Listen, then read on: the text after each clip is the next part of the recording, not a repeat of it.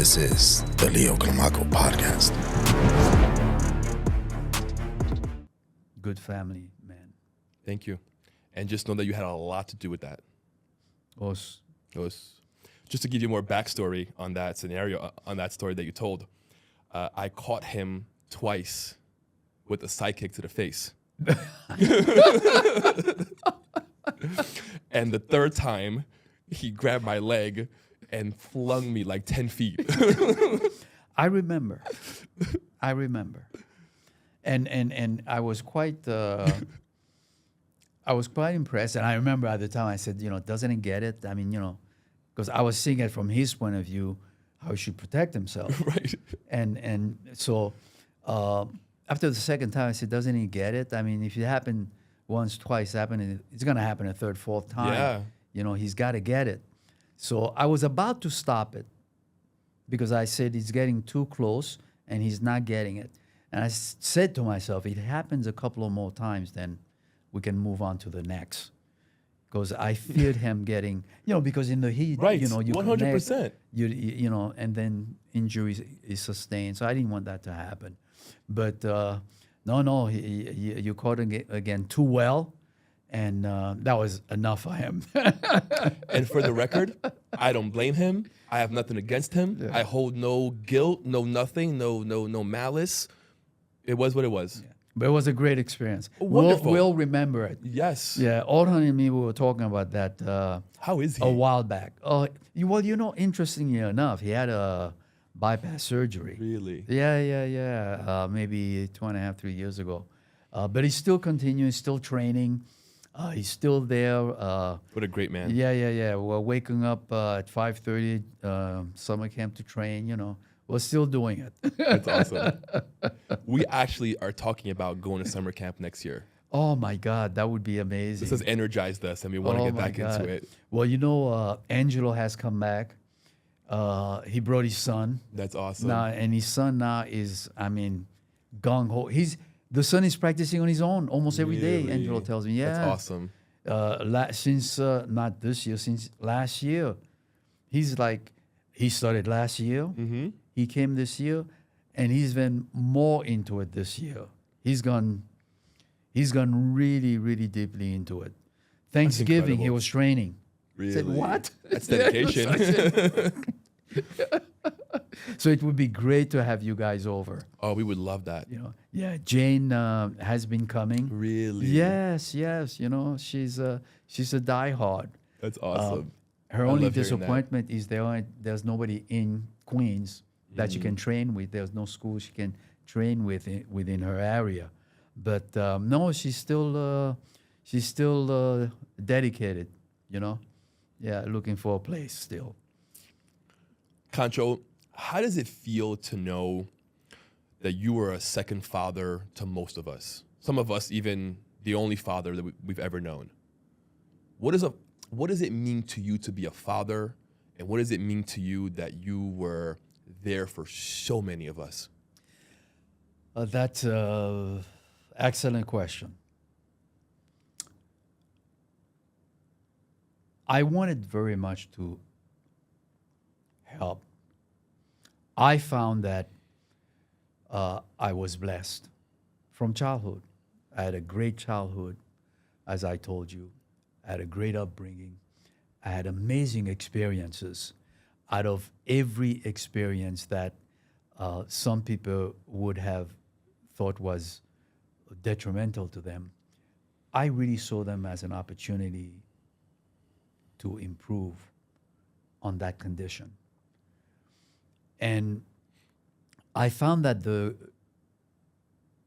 teachings that I got at home, the teachings that I got in the Kyokushin classes, the teachings that I got from life were things that other people could benefit from. And if I had that knowledge, if you will, it would be good to share it. So when I started, in fact, the business, a lot of people I let come for free, and I charge, I think it was a ridiculous price. People were telling me, you'll never survive like that. But it wasn't, and I was funding it out of my pocket because it was never about having a business as an enterprise to make money. Right. It was really to bring people in, to provide a service to the community, to the people in the area, and impart my knowledge to them. So that's how it started. It so happened that I was blessed with a lot of people who were looking for information also. And in that process, I was there to share that with them. And so I looked at it as an obligation, not in the sense of work, Right. but in the sense of as a person. A calling. We are one another's keeper. We are our brother's keeper. You know, I hear people say, you know, you got to stand on your own 2 feet. I'm not my brother's keeper. And that's not true. I don't believe that. I believe we should offer help to everybody, even those who say, I don't need your help. Right. Let them refuse it. It's okay, but let them know you're there. We are our brother's keeper. If we can help someone, then why not? That's our job. That's what we should do. We should help one another. And I hear something sometimes that's become kind of a common phrase, or we should lift one another up. And I do believe that. Yeah. I believe that earnestly. Me too. Not for any reason, not for economic reasons, not for. Right. It's just the right thing to do. Yeah. You know, we help one. So that's really the main thing. Now, what's happened along the way is that you develop a connection. And so there's a connection that comes when you get to know people and you get to speak to people. And when they start speaking to you, now you see the inside of the person and you see the better angel in that person. And I have to say, with each one of you, you start speaking one-on-one. You start learning what drives them, how their family life is, what relationships they're having. Then you have a connection. And if you can have that connection, then how can you not help? Right. You know, if you have a heart, you have to help. If you have a heart, you have to offer guidance. Right. You have to say, well, look, come see me anytime. You have to say, well, do you need help with A, B, C, and D? It's a very rewarding feeling. How do you feel? It's rewarding. But it's rewarding internally. And it's a reward that you don't vocalize. Look, it's the first time the question is being asked of me like this. So the best answer is that it's rewarding. I come away feeling that I come away feeling fulfilled, you know? Yeah. I'm not hitting 100 every time. I'm not batting 100, you know?